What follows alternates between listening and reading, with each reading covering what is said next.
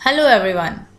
So continuing our series, आज हम देखेंगे कि आज के जो न्यूज़पेपर में है, एडिटोरियल में जो है वो हमारे पेपर के लिए क्या वैल्यू एडिशन ऐड कर सकता है। तो चलिए देखते हैं क्या है आज। जो स्टार्टिंग में आया है वो आया है लाइन ऑफ एक्चुअल कंट्रोल में जो फ्रिक्शन पॉइंट्स हैं चाइना के इंडिया के साथ, उस पे उन्होंने आज ये दिया है कि डिसंगेजमेंट हो रही है एट लद्दाख। तो ये हमारे पेपर के व्यू पॉइंट से कैसे इम्पोर्टेंट हो गया, इसमें आ जाएगा आपको मेन मेन जो फ्रिक्शन पॉइंट्स हैं वो आपको देखने हैं, जैसे कि डैमचौक और डेप्सांग यहाँ पे लिखा हुआ है। ठीक है, तो इसमें हमने क्या देखना है, देखिए ये आपका रेड में जो आ गया बिल्कुल ईस्ट में अक्साई चीन एरिया आ गया, इसके जो वेस्ट में ऊपर आ गया लाइन ऑफ कंट्रोल, उसके साथ आ गया साइचिन ग्लेशियर।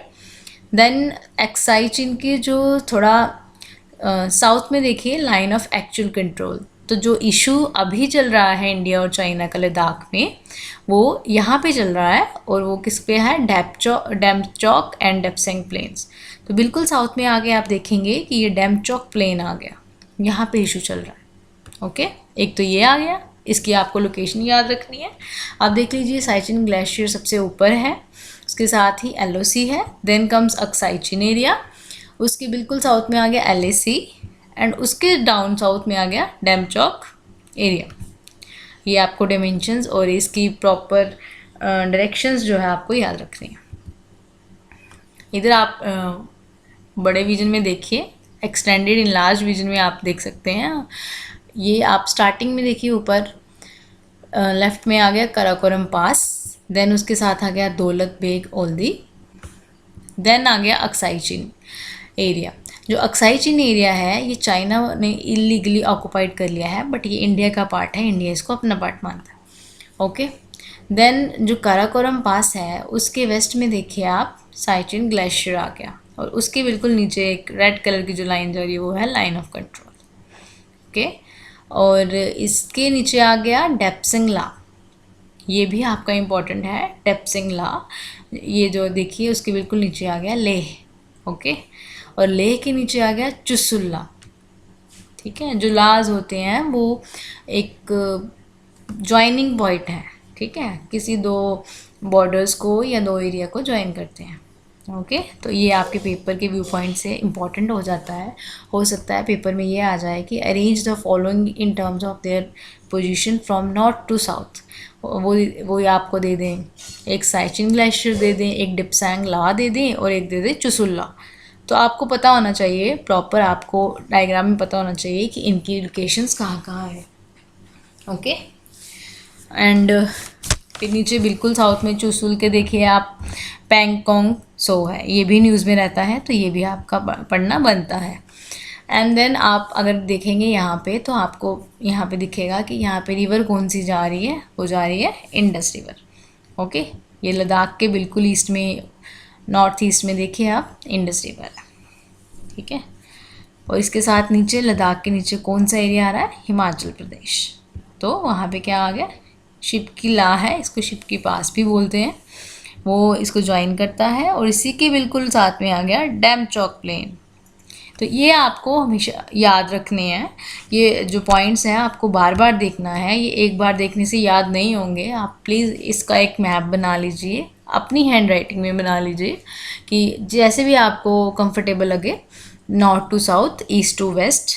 ठीक है, और कौन से जो अभी जो न्यूज़ में ज़्यादा चल रही है वो चीज़ें आप अपने जहाँ डेस्क पे पढ़ते हैं, या आप कोई भी बुक लेते हैं या कुछ भी करते हैं, वहाँ पे आप इसको पेस्ट कर लीजिए, ताकि आते जाते अगर नज़र पड़ेगी तो आपके बैक ऑफ माइंड में याद रहेगा, ज़्यादा एंक्शस नहीं होंगे जब पेपर में आएगा। और दूसरा पॉइंट जो है वो कौन सा है, पॉइंट 15, यहाँ पे पॉइंट है पॉइंट 15 इन गोगरा हॉट स्प्रिंग्स एरिया। तो देखिए ये सेम जो हमने पीछे मैप देखा है उसी का इनलार्ज विजन है, आप देख लीजिए। इसमें कुछ पॉइंट्स हैं जो उन्होंने मार्क किए हुए हैं, तो अभी कहाँ पे नाम लगा रहे हैं, वो पॉइंट कौन सा आ रहा है, hot spring. Okay, hot spring PP15 इसी पे आ रहा है कि वो बोल रहे थे कि हम यहाँ पे स्टैंड ऑफ आ रहा है इंडिया और चाइना के जो सोल्जर्स हैं वहाँ पे, वो बोल रहे थे हम पीछे नहीं हटेंगे, बोल रहे हम पीछे नहीं हटेंगे। ओके, और इसी के नीचे आ गया नॉर्थ बैंक ऑफ पैंगोंग सो, यहाँ पे हमने पढ़ा ना पीछे पैंगोंग सो, ये देखिए यहाँ पे पैंगोंग सो, तो इसी का एरिया आ गया यहाँ पे, हॉट स्प्रिंग जो उसके ऊपर आ गया नॉर्थ में, ठीक है। देन अब आ गया नेक्स्ट हमारा जो न्यूज़ में आया है, सुप्रीम कोर्ट ने 3 क्वेश्चंस फिक्स किए हैं for economically weaker section quota determination के लिए। जो 10% की रिजर्वेशन इन्होंने दी थी उसमें सुप्रीम कोर्ट ने कुछ 3 क्वेश्चंस डिटरमाइन किए हैं ताकि इसकी वैलिडिटी हम अप्रूव कर सकें। किसके अंडर आ रहे हैं ये? Chief justice of India under UU Lalit. ये आपको याद रखना है, हो सकता है आपसे पूछ लिया जाए। और अमेंडमेंट कौन सी है? 103, ठीक है। कॉन्स्टिट्यूशनल अमेंडमेंट एक्ट है जो 10% इकोनॉमिकली रिजर्वेशन देती है बैकवर्ड को, वीकर्स को। तो क्वेश्चंस कौन कौन से हैं देखिए। फर्स्ट क्वेश्चन है, क्या ये ब्रीच करता है बेसिक स्ट्रक्चर को? ठीक है, जो केशवानंद भारती केस में आया था।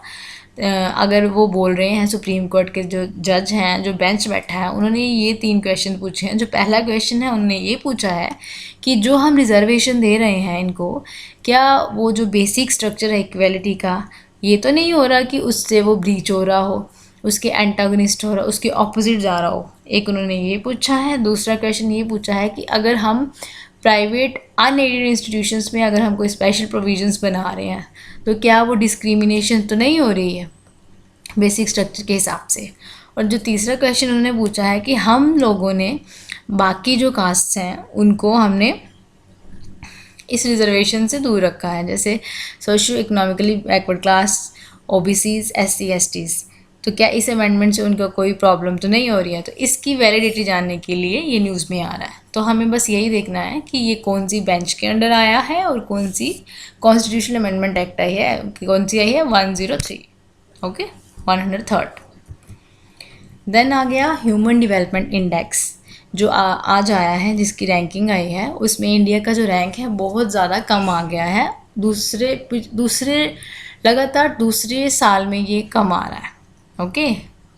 तो ये कौन पब्लिश करता है? UNDP, united nation development programme जो ऑर्गेनाइजेशन है वो ह्यूमन डेवलपमेंट इंडेक्स को पब्लिश करती है, ठीक है। इंडिसेस आपके पेपर के हिसाब से बहुत इंपॉर्टेंट है।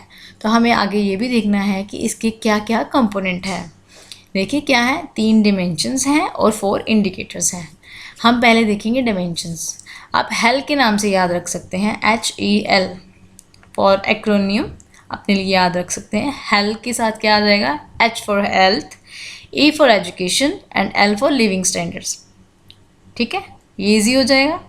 देन कम्स कि हेल्थ में क्या क्या आता है कि बर्थ के लाइफ एक्सपेक्टेंसी एट बर्थ आ गया, एजुकेशन क्या आ गया, एक्सपेक्टेड ईयर्स जो थे, और मीन ईयर्स क्या थे स्कूलिंग के, और लिविंग स्टैंडर्ड में आ गया gross national income per capita. आपको ये 3 चीज़ें और उनके जो आगे के इंडिकेटर्स हैं वो याद रखने हैं, ठीक है जी। और इंडिया का रैंक क्या आया है? 132/191, ठीक है, ओके। और एक आया है भितरकनिका वाइल्ड लाइफ सेंचुरी।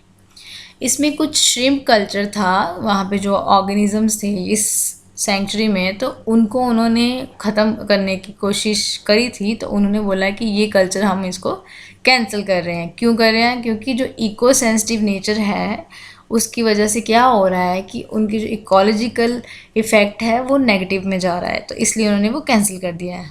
तो वो हमें इम्पोर्टेंट नहीं है। हमें क्या इम्पोर्टेंट है कि भितरकनिका जो वाइल्ड लाइफ सेंचुरी वो न्यूज़ में आई है, तो हमें इसकी लोकेशन पता होनी चाहिए। कहाँ है इसकी लोकेशन? उड़ीसा में, ओके। और यहाँ पे मैंग्रोव्स भी हैं, देख लीजिए आप मैप में, ओके। तो आपको ये सब याद रखना है। यहाँ पे इन्होंने दिया है इन लार्ज डिवीजन, ये रेड वाला करके यहाँ पे उन्होंने बता दिया। देखिए फैसिलिटीज़ कितनी ज़्यादा है यहाँ पे। इको टूरिज्म लोकेशन है, डियर पार्क है, जूलॉजिकल पार्क है, ठीक है, रिवर्स हैं, कनिका है, देखिए कनिका रिवर आ गई। आपको ये याद रखना है बस कि भितरकनिका जो नेशनल पार्क है, ये वाइल्ड लाइफ सेंचुरी है, वो कहाँ पे है, ओके।